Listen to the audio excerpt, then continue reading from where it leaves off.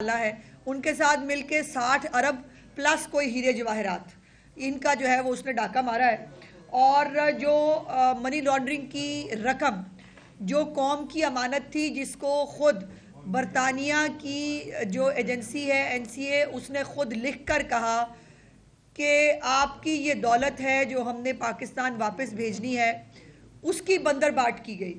اور آپ کو یاد ہونا چاہیے کہ عمران خان ہمیشہ حکومت میں آنے سے پہلے کیا کہا کرتا تھا کہ ملک ترقی اس لیے نہیں کر رہا کہ لوٹی ہوئی دولت باہر پڑی ہے اور میں نے لوٹی ہوئی دولت واپس لانی ہے, واپس لا کر میں نے ملک کے اندر جو ہے وہ ترقی کر دینی ہے, اربوں روپے باہر پڑے, یہ ان کا جملہ ہوتا تھا.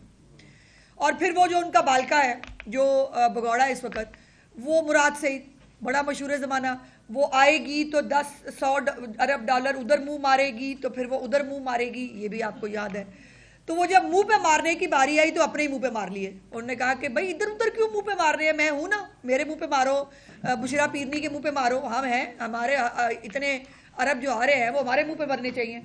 اس کیس کی 100 سے زیادہ سماعتیں ہوئیں اور 1 سال میں مکمل ہوا. ملزمان کو اپنا بیان ریکارڈ کرنے کے لیے 15 مواقع دیے گئے اور ہر موقع پر یہ جو ہے وہ کسی نہ کسی بہانے کے ساتھ غائب ہو جاتے تھے. نیب کے تفتیشی جو افسر ہے, انویسٹیگیشن آفیسر جو ہوتا ہے, اس کو جو ہے اس کی جرح مکمل کرنے کے لیے 35 سماعتیں ہوئیں.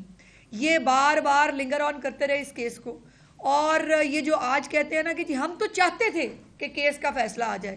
وہ علیمہ باجی جو ہے وہ میں نے سنا وہ پہلے کہہ رہی تھی ہم چاہتے ہیں کہ کیس کا فیصلہ آ جائے, کل وہ کھڑی بار رو رہی تھی. وہ بھائی پہ رونا دھونا کا ہے کہ آپ تو چاہتے تھے نا فیصلہ آ جائے.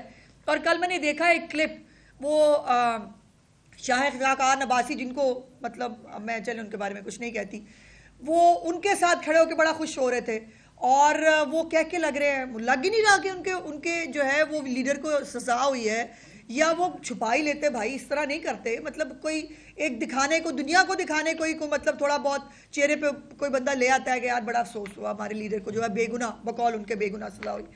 اور اس جرح کو مکمل کرنے کے لیے 35 سماعتیں ہوئی ہیں. نیب کے انویسٹیگیشن آفیسر کی جرح کو مکمل کرنے کے لیے 35 سماعتیں جو ہے وہ ہوئی ہیں. اور گواہان میں القادر یونیورسٹی کے چیف فائنینشیل آفیسر اور مزید 35 گواہان تھے. اور اس میں جو سب سے امپورٹنٹ بات ہے, عمران خان کی اپنی کیبنٹ کے وہ لوگ, پہلے یہ بھی آپ کو یاد ہوگا کہ اس پورے معاملے کے بارے میں کہ کس طرح سے بند لفافے کے اندر اس کی منظوری لی گئی, اس کا بھی جو ہے وہ خود ان کے اپنے وزراء نے باہر آ کر میڈیا کے ساتھ بتایا کہ ہمیں تو پتہ نہیں تھا.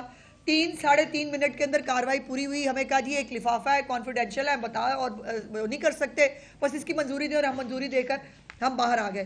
تو ان کے اپنے جو ہے وہ وزراء اس کے جو ہے وہ گواہان رہے ہیں. اور وہ عجیب ہائیڈ اینڈ سیک ہوتا تھا, کبھی بشرا بی بی نہیں ہے, کبھی عمران خان کی آنکھ نہیں کھلی, کبھی وکیل جو ہیں وہ کہیں پھنس گئے ہیں, اور اس طرح سے یہ سب کچھ جو چلتا رہا. اور اس کیس کے اندر جو دوسرے فریق ہیں پراپرٹی ٹائکون, ان کے بارے میں عمران خان صاحب جو ہیں وہ بہت اچھے جملے فرمایا کرتے تھے, وہ بھی میں آپ کو دکھاتی ہوں ابھی. لیکن یہ جو پوری خفیہ ڈیل ہے, اس کیس کا مرکزی 2 کردار ہے, ایک بی بی ایک بندہ, اور وہ ایک ہے شہزاد اکبر صاحب, مرزا شہزاد اکبر صاحب, اور دوسری ہیں فرا گوگی بچی. اور یہ دونوں جو ہے انہوں نے مل کے اس ڈیل کو جو ہے وہ انجام تک پہنچایا.